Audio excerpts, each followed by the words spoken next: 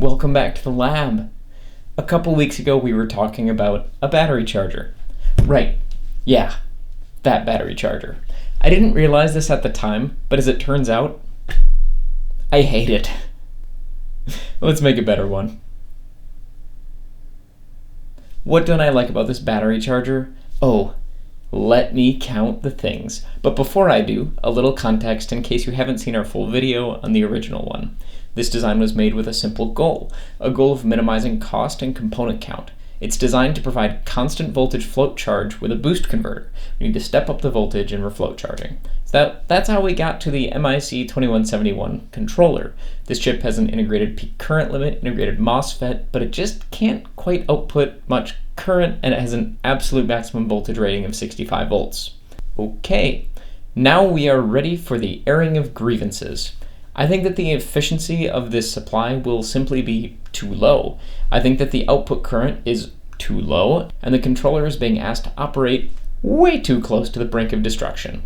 We are only 5 volts away from the absolute voltage rating of the part all the time, and that's without considering ringing. That is pretty bad, and we're achieving loose current regulation by slamming this supply into peak current limiting mode. On purpose. Ugh. No, I refuse to put this on a PCB. I refuse to make this exist. Will it move coulombs into a battery? Yes. Would it probably work? Well, I don't know. Maybe? Maybe that's the biggest problem. I don't know if the old design will actually work. Leaving a converter in a peak current limit mode for days at a time, I don't know what that would do. I can't imagine good things. I think of thermal limits, hiccuping, I think of bad news. I expect that this design won't work out of the box. I expect to need to do some debug. I expect to need to do some analysis, tweaking, and this IC just doesn't provide the hooks that I need to do that. It's almost too integrated.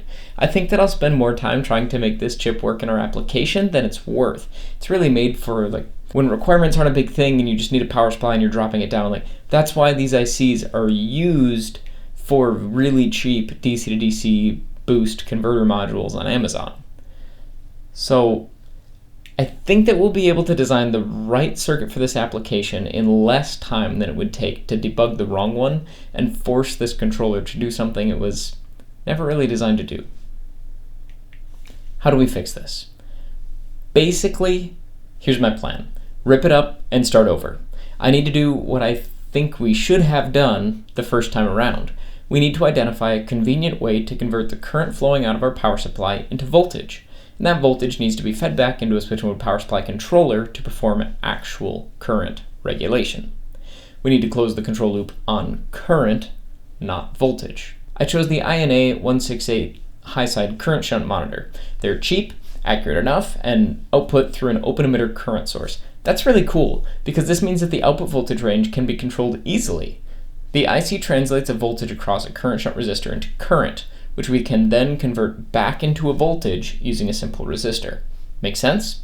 Here's where the magic really happens. I combine the current feedback and voltage feedback together such that if the current becomes too high, it'll tug on the feedback network and tell the switch mode power supply controller to dial things back a notch. This in turn will cause the output voltage to drop out of regulation, but that's exactly what this battery charger needs to do. We want the output voltage to follow the battery voltage up to 54 volts while maintaining an approximately constant current. For this charger, the design is limited such that 100% of the output voltage is achieved at 0% of the output current, and vice versa. The power supply will gracefully transition from constant current into constant voltage float charge mode. Pretty cool, right? This action is called foldback. As a starting point, we tuned the feedback network such that 2 amps DC coming out of the supply translates into 0 volts at the output terminals, and the float voltage translates to 0 amps coming out. This can be fine-tuned later since we technically want some amount of current coming out when we're at our float, so we might be undervolting the batteries just a little bit. So properly implemented current feedback is the beating heart of our new battery charger, and this is all based on the UC2845 boost controller from On Semiconductor. Yes, my friends, this chip has it all. 1% accurate voltage reference, a compensation pin, and Everything else you'd expect to find in a switch mode power supply controller. It's a switch mode power supply controller. Really nothing special. But most importantly, this one, the UC2845, has a great design workbook that saved me a lot of time. Thanks, Onsemi. I appreciate you. I used to be a real TI fanboy, but TI's recent shift towards Webbench's quasi "don't worry about it, it'll be fine" mentality really scares me. Power supply design doesn't need to be hard, but when it gets abstracted to the point where blind duplication is encouraged, not a fan. Not a fan. I want to know exactly how a power supply is working so I know exactly how to work with it if something goes sideways. I really like how onsemiconductor's design tools give me a little more details so I can feel confident that the design that I'm building will be implemented well. If it doesn't work, well, maybe I'll go back to TI. For now, I'm content. I'm happy with this controller moving forward. Speaking of design tools and calculations, I can't remember where I put the calculation sheet for this part, so yeah. I trust that past me did a great job whenever this got done. Pretty sure this mess of compensation components did not get here on accident. If I'm wrong, we'll tweak the compensation components in the lab and tune the loop experimentally.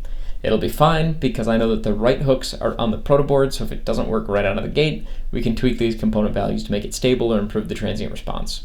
I think that everything looks pretty normal in this power supply on the surface, but once we start digging a little deeper, oh my! What's that diode doing on the compensation pin? That's not supposed to be there. What's that op amp with a PWM input? What are those? Yeah, this charger is a bit more complex than the one it's replacing, but at its core, I think that the features that we're pulling into this design will be exactly what we need.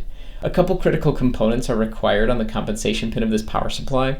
There's a soft start circuit that charges a capacitor through some diodes, and a disable clamp that turns off the supply when required. These features, the ways to implement components to achieve these functions, they're actually described really well in the datasheet, so definitely check out the link in the description and take a look.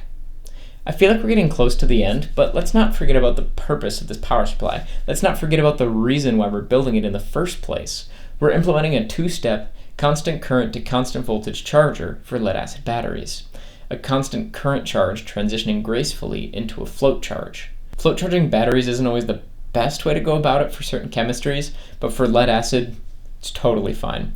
AGM batteries can be a little bit picky about float voltage, demand some pretty tight voltage regulation. 1% is actually right on the edge of what's acceptable for an AGM battery, so we might need to change our controller to one with a 0.5% accurate reference, or live with gel cells. The trickiest thing is that the float voltage for a lead-acid battery not only doesn't need to be very specific, it changes with temperature, so we'll need to monitor battery voltage and adjust the float voltage to compensate for temperature. Yikes! This means that we need to not only regulate current and regulate voltage, we also need to have something that understands the concept of battery temperature, and this thing needs to be able to somehow control the float voltage. I think that a microcontroller might be a perfect tool for this job, so we added a filter that accepts PWM from the microcontroller, filters it to DC, and then this DC level is used to modulate float voltage. This modulation occurs by tugging on the feedback pin through a resistor.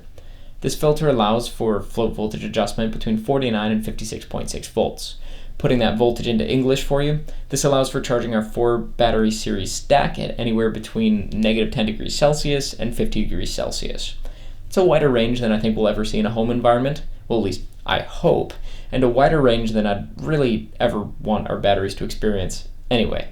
I think that somewhere around 20 to 25 C is probably reasonable, which is why we set the nominal output voltage to 54 volts, right in the middle. We can tweak the resistor values later so the microcontroller has more or less of an impact on output voltage. One of the best things about this new battery charger is that the core power supply can output more voltage and more current than we need. I think that's great. Our testing may find that we need to output more current to achieve reasonable charge times. That's okay, because this supply has some room to grow. We're not on the very edge of what it can do, so if we need to open the floodgates and turn it up to 4 amps, it's totally fine. This trifecta, the trifecta of temperature compensation, voltage feedback, and current feedback, make this power supply very well suited for lead-acid charging, and I'm excited to see how it performs on the bench. I'd love to stay and chat more, but we've actually got quite a bit of prep to do for our upcoming UPS prototype. We've got a streaming rig to get up and running, a bench to clean off, and the part should arrive any day now. You'll want to keep an eye on us this Saturday, 8:30 a.m. Central Time. We're doing a live unboxing of the boards as received by JLC PCB. We'll break out the USB microscope, inspect the received PCBs, organize some parts into the new storage rack we're about to design and build, preparing ourselves for some serious trial by fire, and answering your comments live. This felt a little bit like a repeat for me, like we already talked about a battery charger, but I really wanted to share the updated design with you because while the function hasn't changed, the new implementation is way better in every way, in my opinion. And I'd hate for you to copy our old design, which I don't think is great, use it in your own application only to find out that it doesn't work and it isn't very good. That wouldn't be very fun, and that's not what I want to lead you towards. So if you like what you saw today, consider subscribing to be notified of our future videos. We're discussing how we designed and 3D printed our small parts rack, finally, and we actually finished it this time, and unboxing the parts for the UPS prototype. Don't miss it. If you want to support the channel, consider checking out the products that we featured today through our Amazon affiliate links in the description. Really helps us out a lot. Also, don't forget about our sticker giveaway. We've got some sweet EEforEveryone stickers. Check out that. It's in the description as well. I'm really excited for the next few weeks. We're going to turn on the circuits. They're either going to work or they won't. I'm so pumped for our next physics test. I'm glad that we have a great battery charger. It's way better than the alternative. And if you liked this video, let me know by hitting the like button on this video or leaving a comment letting us know what's on your mind.